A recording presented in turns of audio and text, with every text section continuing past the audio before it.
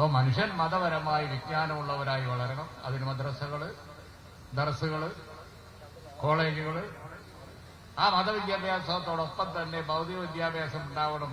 അതിൻ്റെതായ സ്ഥാപനങ്ങൾ എല്ലാം നോക്കിയും എല്ലാം കണ്ടുമാണ് സമസ്ത സ്ഥാപിച്ച അഭിമന്യരായ ആദ്യകാല നേതാക്കളും പിന്നീട് വന്ന ഓരോ സമയത്തും ഓരോ ഘട്ടത്തിലും ബാപ്പകിത്തങ്ങളും പൂക്കോയത്തങ്ങളും ത്യാഗങ്ങളും അതുപോലെ തന്നെ കെ ഉസ്താദും അതുപോലെ തന്നെ അതിനുശേഷം വന്ന നമുക്ക് നേതൃത്വം കൊടുത്തതും ഇന്നിപ്പോ നേതൃത്വം കൊടുക്കുന്ന അഭിമന്യരായ സെയ്ദ് ജിഫ്രി മുത്തുകോയത്തങ്ങളും അതുപോലെ തന്നെ സെയ്ദ് സാദിഖ് അലി ശിഹാബ് തങ്ങളും അതുപോലെ തന്നെയാണ് പോയിക്കൊണ്ടിരിക്കുന്നത്.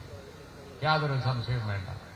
അപ്പൊ അതുകൊണ്ട് തന്നെ ഈ രാജ്യത്തുള്ള ഈ നല്ല പ്രവർത്തനങ്ങൾ ഇനിയും തുടരണം.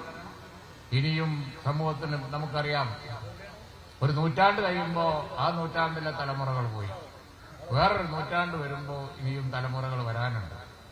അവർക്കും വേണം നമുക്ക് ലഭിച്ച അതേ ശാന്തിയും സമാധാനവും മതേതരത്വവും അതുപോലെ തന്നെ കൂട്ടായ്മയും മതവിദ്യാഭ്യാസവും ഭൗതിക വിദ്യാഭ്യാസവും ഒക്കെ.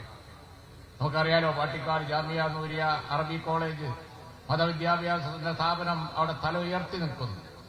അതിന്റെ മുമ്പിൽ തന്നെ ഭൗതിക വിദ്യാഭ്യാസത്തിന്റെ പ്രതീകമായി ജാമിയ നൂരിയ അറബി കോളേജിന്റെ കീഴിലുള്ള എഞ്ചിനീയറിംഗ് കോളേജും തലയുയർത്തി. അതൊക്കെ സമസ്തയുടെ നേട്ടമാണ്, തങ്ങന്മാരുടെ നേട്ടമാണ്, പണ്ഡിതന്മാരുടെ നേട്ടമാണ്, കഴിഞ്ഞ കാലത്തെ ഐക്യത്തിന്റെ നേട്ടമാണ്.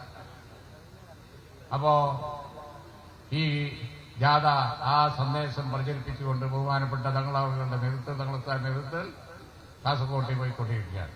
കാസർഗോഡ് എന്ന് അവസാനിക്കുമ്പോൾ ഒരു നൂറ്റാണ്ടിന്റെ ചരിത്രത്തിന്റെ അവസാനമാണ്.